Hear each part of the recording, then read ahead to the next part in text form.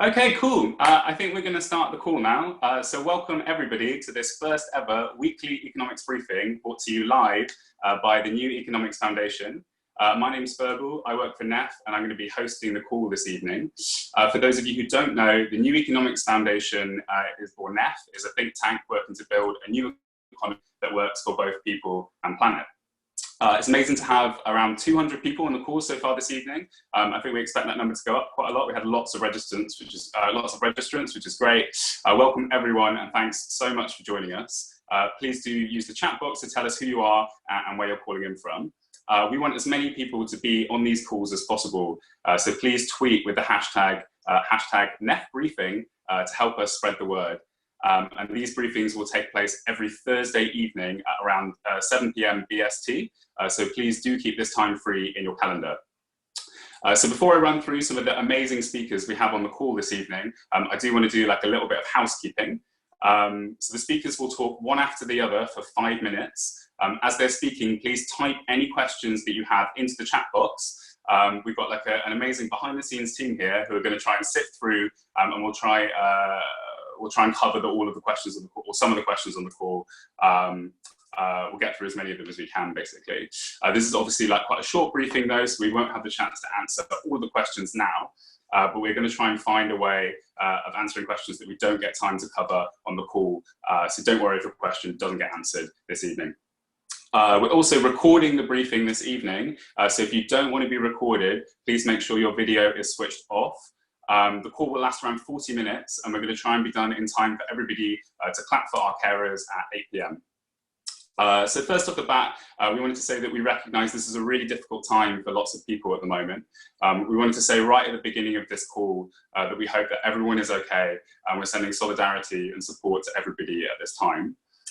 In these weekly economics briefings, I think we wanted to create a space for people to come together and discuss what's happening at the moment, both at the level of policy and on the ground organising, and how we as progressives should be responding to the crisis. As well as being an unprecedented public health crisis, coronavirus has created chaos and uncertainty for the economy.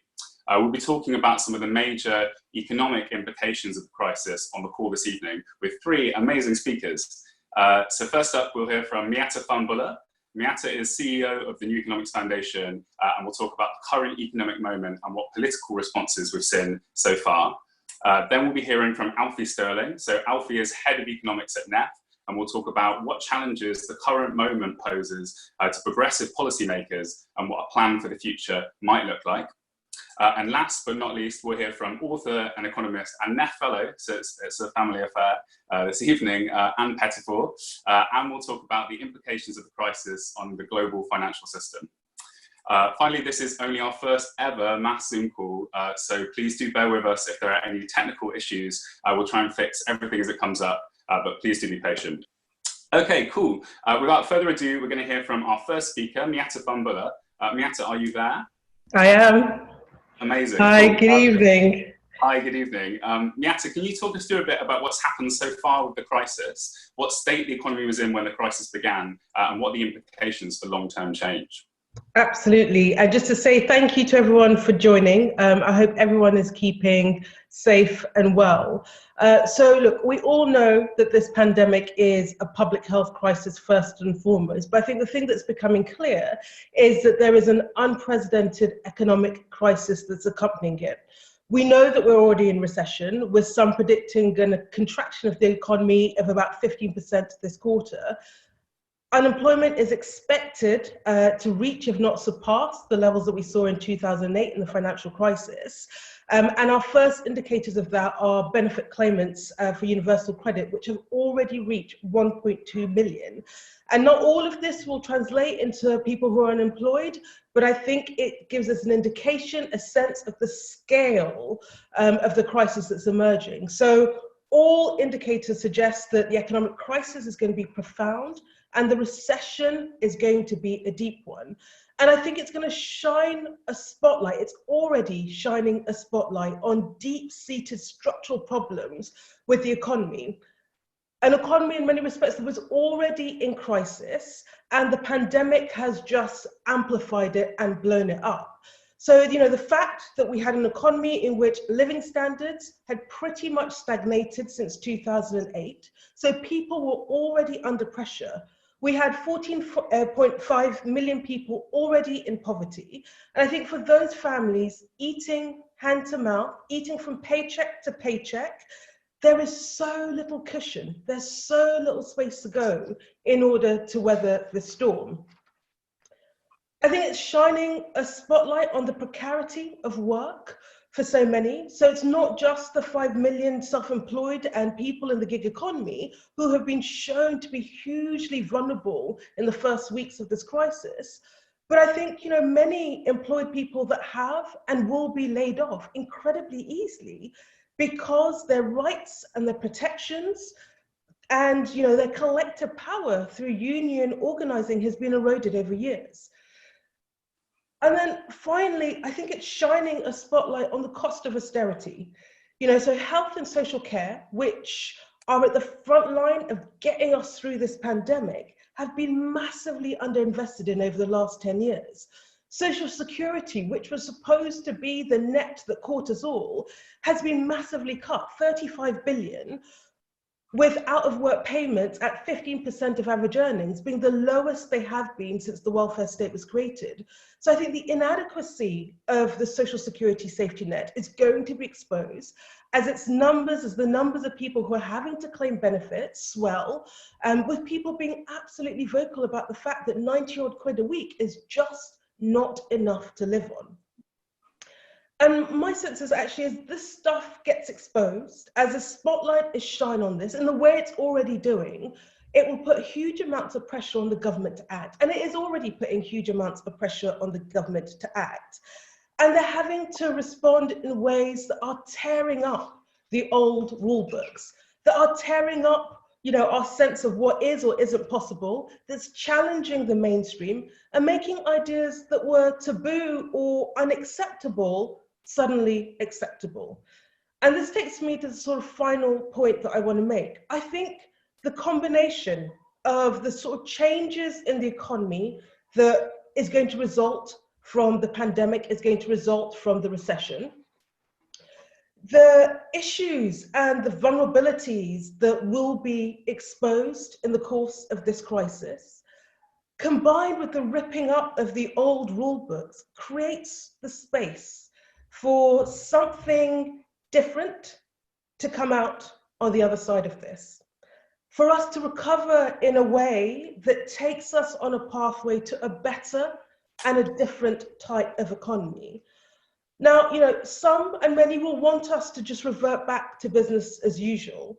But I think for those of us that know that actually there is folly in this, we have to think about how we counter this, and we have to think about how we start to try to win the recovery.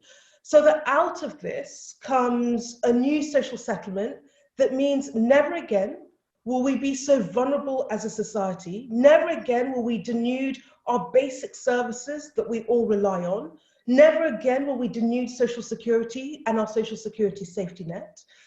Out of this, I think, is the chance for us to rebuild the economy, to put large investments in parts of the economy that have lagged behind, to invest in better paid jobs, to boost incomes at the lower end, to attach requirements on businesses that will drive environmental and social outcomes in return for support, and to think smartly about the huge scale of bailouts that's about to come through, but in a way that moves us towards a more democratic type of economy. And then finally, and for me, arguably most importantly, I think there is the opportunity for us to learn the lessons from this crisis and to use the recovery to prepare for the next crisis that is coming in train in the form of climate change. And, and the mantra of, we will do whatever it takes that has been applied to this crisis, for that to be applied to the far more existential crisis of ecological change. And, if, and it is a huge if we can win this recovery, then there is at least some light in amongst the darkness of the pandemic. Thank you so much, Miatta. That was like a really amazing kind of overview of the politics of the situation. Just a reminder to encourage people to post their comments in the chat, questions or comments in the chat, and we'll try and get through them. We have a question that was sent in advance to me, actually, Miatta, if you could like quickly answer it in maybe like a couple of minutes. How hopeful do you feel about these lasting changes? Was a question that someone wanted to ask by email.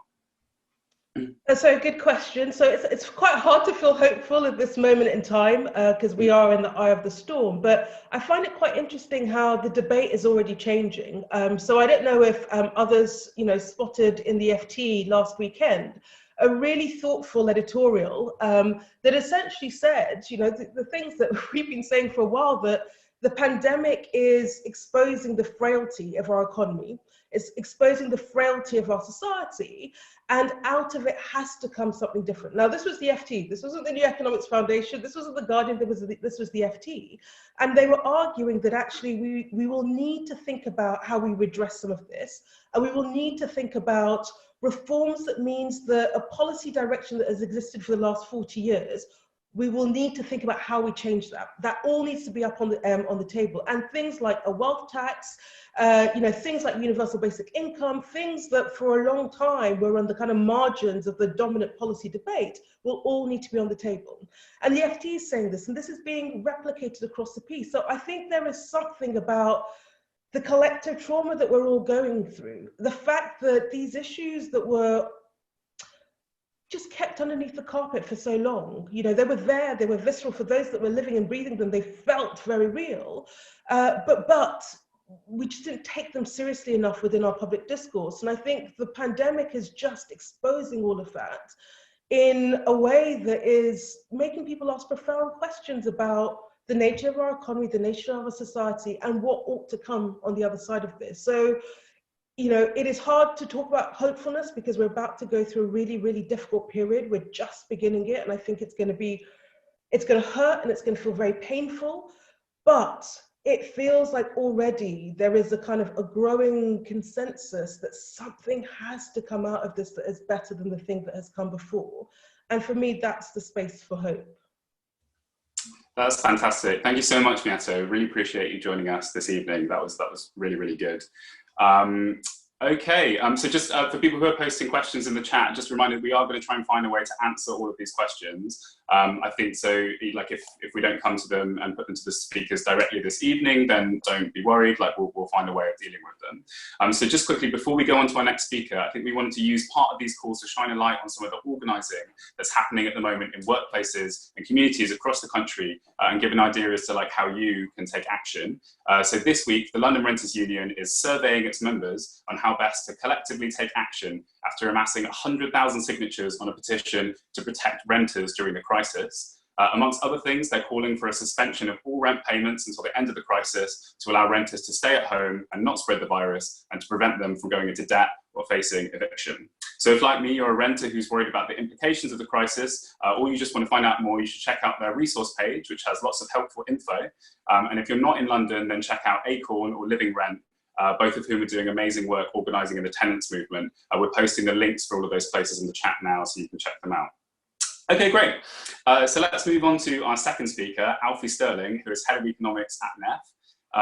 Alfie, welcome to the call. We've seen some massive policy interventions made so far by the government, including a wage subsidy plan, which is unprecedented in British history. Can you talk us through some of what this kind of volatile political atmosphere means for progressive policymakers, and what changes we should be pushing for in the short and long term? Thanks, Volatile. Yeah, sure. And good evening, everyone. I think in terms of turning to policy specifically, I think there's probably two really kind of high-level points that it's really worth reflecting on, which kind of is true right across all the different areas we might talk about and think about as part of the new economy.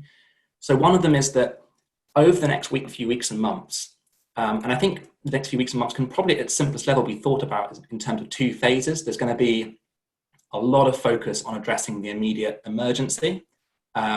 And I'll talk a bit about that in a minute, but that will just be a dominating theme for at least several weeks now. Just how do we address the emergency of the immediate situation we're in economically? And then it will turn to recovery and building the type of economy we want coming out of this pandemic. But in both cases, the really key insight is there's going to be enormous path dependency created. So decisions will be made, policy changes will take place, which will notionally be about addressing, relatively short-term issues, whether it's addressing emergency or medium-term recovery, but they're going to lock in and shape the type of economy we're going to have for a very long time.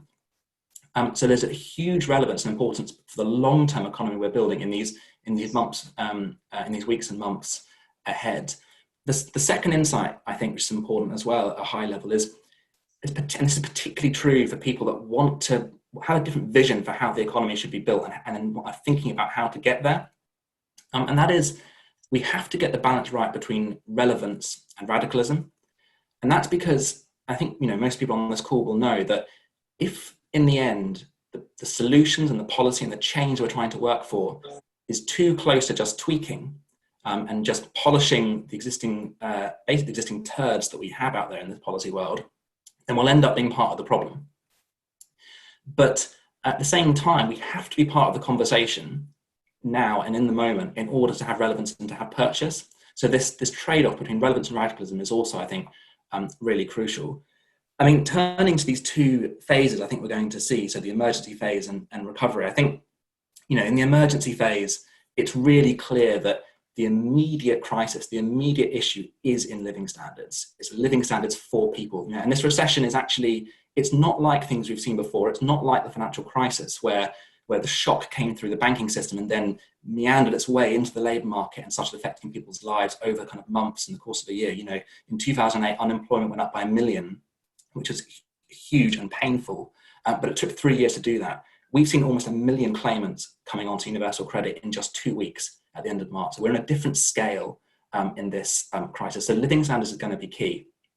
And what's really interesting, and Miatta spoke to this, is that government has already made some really big interventions. I mean, if I'd said to you 3 weeks ago that the UK will soon be underwriting and covering 80% of the salaries of all workers whose employers come to government to ask for help, you would have rightly said that's bonkers, and it would have been. But that is the world we're now in. But there are huge gaps as well. So the schemes the government has put out, the employment retention scheme, the self-employed income protection scheme, have huge gaps for millions of people who will either lose their jobs irrespective of those schemes, or will see a cut in hours, or who, for technical reasons, are missed out because they haven't been self-employed for long enough. And so the social safety net, the social security system, is going to be absolutely vital for the policy response in this emergency phase. And New Economics Foundation have put out proposals for a new minimum income guarantee. And I think that's something we'll be talking about later on in a future briefing in the weeks ahead. I think that there's a second really important policy area which is closely related in terms of addressing this emergency phase, and that's the cost of living crisis.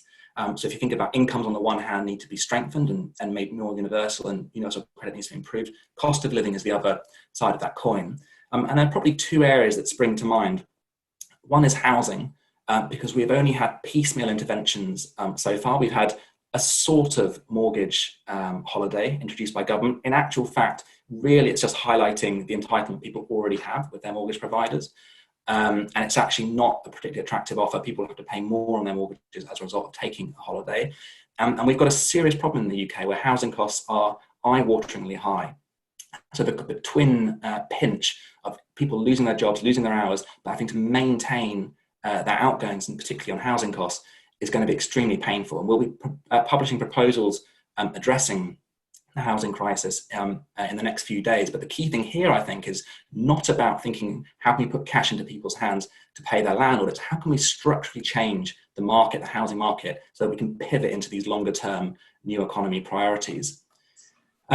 A second area on cost of living is childcare. And I'll just talk about this very, very briefly, but essentially there have been some really worrying stories about parents continue to being charged for their childcare costs, despite the fact that obviously their children are no longer using childcare services. And the threat that's come to them, to prevent them from withholding payments, I think that their children will no longer have a place at nurseries and childcare providers if they don't continue to pay. And again, the solution here is not just about giving parents cash, it's about fundamentally changing the way that childcare provision is delivered in this country, taking the market out, changing this competition for places, looking at the supply of care and the way and delivering it in a way that isn't profit first.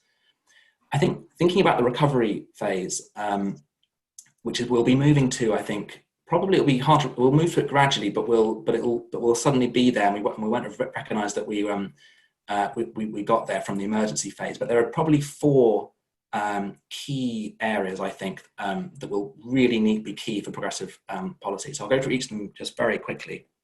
So one is using this recovery as like a trampoline and an elevator to get to the high green investment future we have to get to. So that coming out of this recession, the key question will be, how can we create high quality jobs in the places where jobs have been lost most?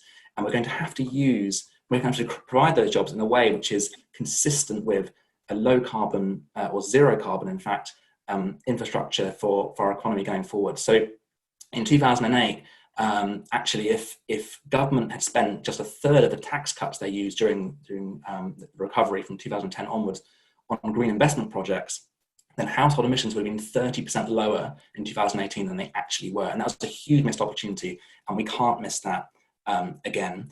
A second area is austerity, because very quickly the debate is going to pivot into, with many voices on the right saying, thank God we had austerity, it enabled government to step in during this recovery. And therefore, within months or years, we'll have to go back to austerity to make sure we're ready for next time.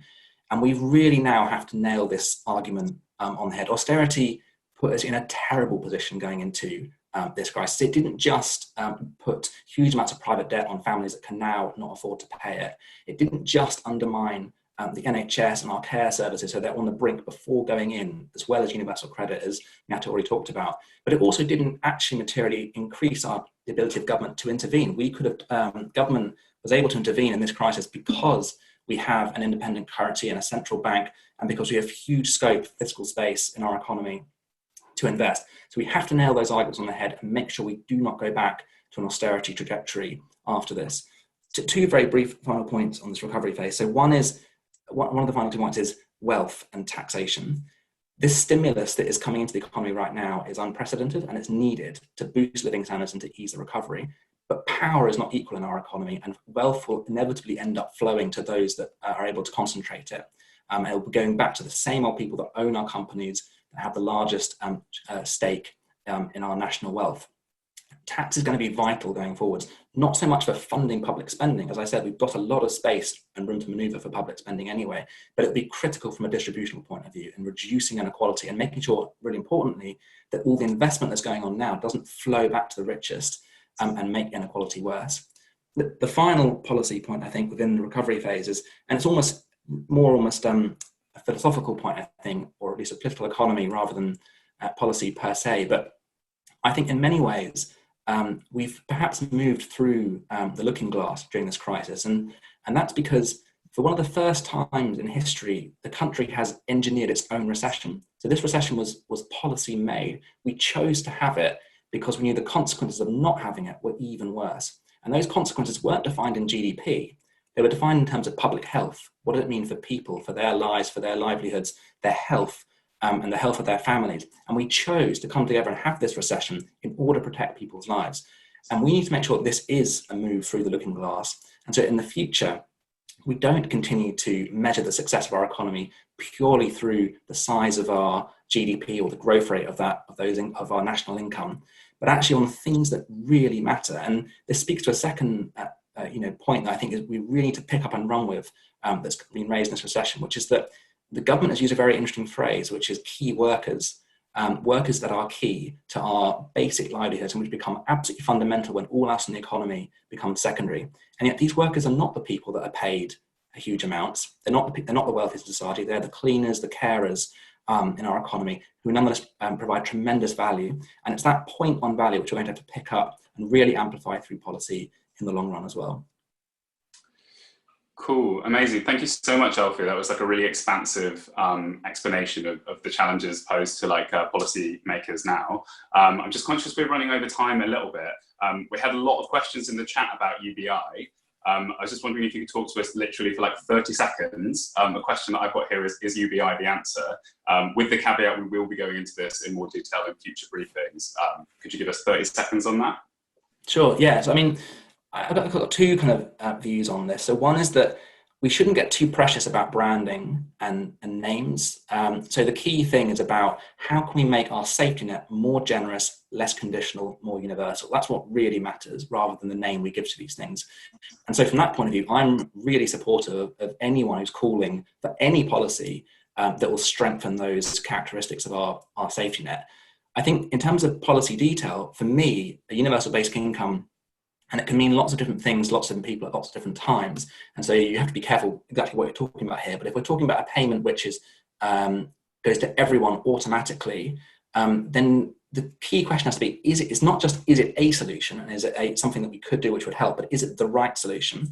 And this in part goes back to this trade-off between radicalism and relevance. And I think given where we are, where government has already moved huge mountains to have the job retention system and the self-employed income protection system, these are massive schemes. These are tens and tens of billions. They're on the scale of UBI type interventions. The next move is unlikely to be a UBI, but it could be a significant strengthening of the safety net, which provides UBI-like payment, non-conditional, universal to all that apply, in the near term. And so I think for me, the priority is about building that safety net. What we call it, I think, is secondary. That's fantastic, Alfie. Thank you so much. And like we said, more to come on that in future briefings. Next week's briefing will be specifically about the social safety net, and we'll be talking about some of the things that Alfie's talking about. We're going to post a link to that in the chat now. You can actually register for the meeting in advance. So please do that. I do want to make sure, just because we're running over, that we have plenty of time for our final speaker. So I'm going to go straight to Ann Pettifor now. Ann, are you there? Yes, I am. Hi, Ann. So Ann is an author, economist, and a NEF fellow. So Ann, welcome to the call. So much is happening at the level of national policy at the moment, but this is obviously a global crisis, and different parts of the world will experience this crisis very differently. Can you talk us through this a bit? Yeah, sure. So thank you very much for inviting me to be part of this. It's a really important initiative by NEF. Also, I hope everyone's keeping safe, because it is a fearful time at the moment. I noticed from the questions in the chat that there was a question about we thought we were going to change things after the last financial crisis, and we didn't change anything. What hope is there of us achieving change this time?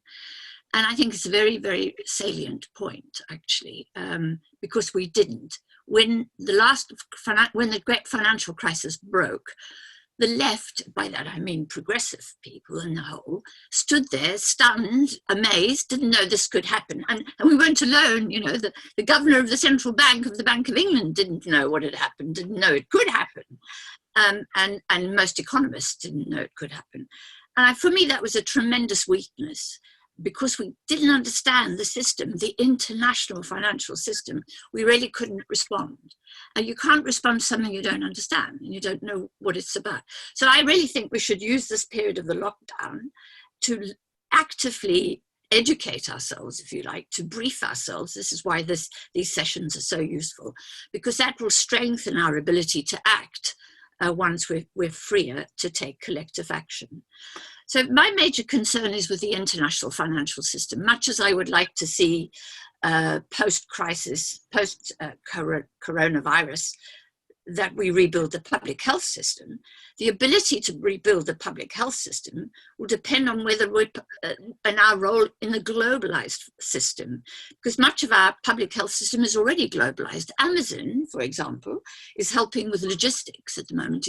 The government is resorting to supporting big global corporations in making pharmaceuticals and other goods and services available at this stage. If we want to raise finance for that purpose, again, we're part of a globalized system. And if the markets decide that we shouldn't do that, that they don't agree with that, it's going to make life very, very difficult. So for me, the really important project for the left, and by which I broadly define, every one of progressive approach, is we should understand that we live within a globalized system. As Paul Mason has argued, one of the reasons why Boris Johnson was so slow to respond to the crisis, to the coronavirus crisis, is because he realized that the virus was going to cause the deglobalization of our economies. and that would threaten his Brexit strategy, basically. And he dithered over that, precisely because he would hoped, in a speech he made at Greenwich just before the dam broke, so to speak, he wanted to just be Britain to be the globalizer of all globalizers. So, you know, this is something incredibly relevant to what we want to do domestically. But it's relevant also, and this is where my passion lies, actually. I'm South African born. I've worked in Africa a great deal. I worked a lot on sovereign debt, and I'm watching as the global financial system crucifies low-income countries on the cross of the dollar, basically. So what we've seen in March alone is about $90 billion flowed out of poor countries and straight to the United States of America, straight into the dollar. So the dollar strengthened and their currencies were crushed in that process, right? Money flooded out of their country, beyond their control, right? At the same time, simultaneously, the rise in the dollar increases their dollar-denominated debt, the value of their dollar-denominated debt, and therefore the costs of their debt. And it also increased the rate of interest on those debts. In the case of Zambia, you know, the yield on Zambia's shortest dated debt soared to 66%. At the same time, as Zambia's currency slumped in value, and Zambia's major export, which helps raise the income for repaying her debts, slumped as well by something like 37%, according to UNCTAD. And so what we're seeing happen out there is not only is the disease devastating for these economies, but the international financial system is designed, in a sense, to sacrifice them at times of crises, when money flows away from poor countries and to the dollar, because the dollar is the world's reserve currency. Now, the fact that it is not natural. It didn't happen by accident. It didn't happen as a matter of, you know, the strength of the United States economy. It was a matter of deliberate decision by policymakers in the late 1940s. So for me, what is really vital, if we want to transform our domestic economy here, if we want to do all the things that Alfie's been talking about and that Miatta was talking about, we've got to remember that if we want, for example, to tax the rich, that's not going to be possible in a world of capital mobility. The rich are just going to move their money to tax havens outside. And, you know, Amazon doesn't for a moment think that a British government can tax it properly for all the profits that it makes, because it knows it can take its capital gains and just move them abroad. If we want to talk about these policies, because we need to tax the rich, for example, to balance our books post-crisis, it's not going to be possible to do that with an international financial system as we have now. Now, at the moment, we've already seen deglobalization happen. It's happening. Countries are becoming more protectionist. And again, I think just as in 2007-9, it was the poorest in the United States of America, the subprimers that brought down the global financial system.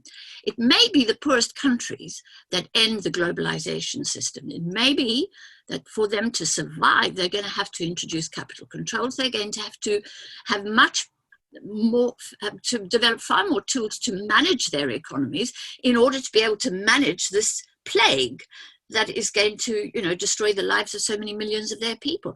Because if they don't do that, the reaction to it is going to be violent and deeply, deeply unpleasant. And I'm thinking about places like India, you know, and many countries in Africa and in Latin America. So I hate to be gloomy about this, but for me, what's so important is that we begin to broaden our perspective and think about the international system, because only when we start thinking about that and talking about that will we get policymakers to act on that. At the moment, policymakers are relying on us. The international, Wall Street and the City of London are relying on us not talking about this.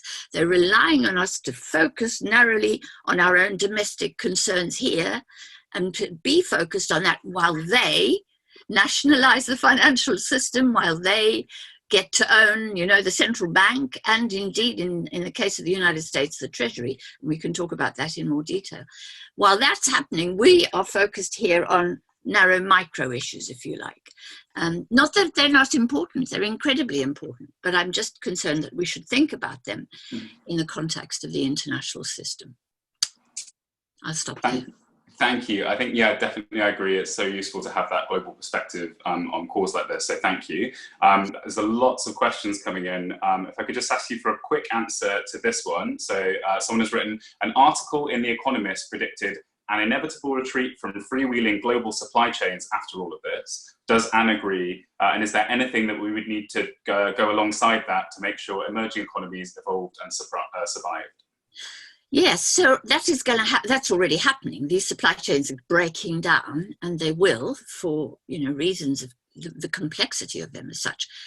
In many ways, and as someone who cares very much about the Green New Deal, I'm actually of the view that it would be a good thing ultimately for us to become more self-sufficient, for us to stop importing our green beans from Kenya, which we fly over from Kenya after we've drained them of their water table and exploited their land and their labor, and flown our green beans across so we can have green beans 24 hours of the day, 365 days of the year. That has to change if we're going to have more ecologically sustainable economies. So yeah, these supply chains are breaking down. The question is, what is happening to the financial system? That's great, Anne. Thank you so much for joining us on the call this evening. We really appreciate it. A few people have been asking in the chat about where the recording for this will be available. I think we're going to post it on the events page of our website, so look out for that in the next few days. We'll probably also try and do like an email to all participants of this meeting, and we'll try and include it in it along with a registration link for the next meeting as well. Just before we finish, got a few minutes left, so I just wanted to take this opportunity to do a shout out to all the NEF supporters on the call this evening. So your generosity genuinely helps fund all of the research that, helps to fund the research that Alfie was talking about, doesn't fund all of it. Not to mention supporting us to host calls like this. So thank you so much. If you're not a NEF supporter and you might be interested in becoming one, then check out the donate page on our website. We're posting the link in the chat now. Okay, great. So we're at the end of this week's briefing. Thanks again so much, everyone, for joining us. We really appreciate it. And thanks again to all the speakers for coming. We're going to have a think about how we can answer some of the questions that we didn't get time to come to on the call. So don't worry if the questions didn't get answered this evening. Encourage everybody to go outside and clap for the carers at 8 p.m. I'll definitely be doing that. And hopefully see you in the same time, same place next week. Bye, everyone.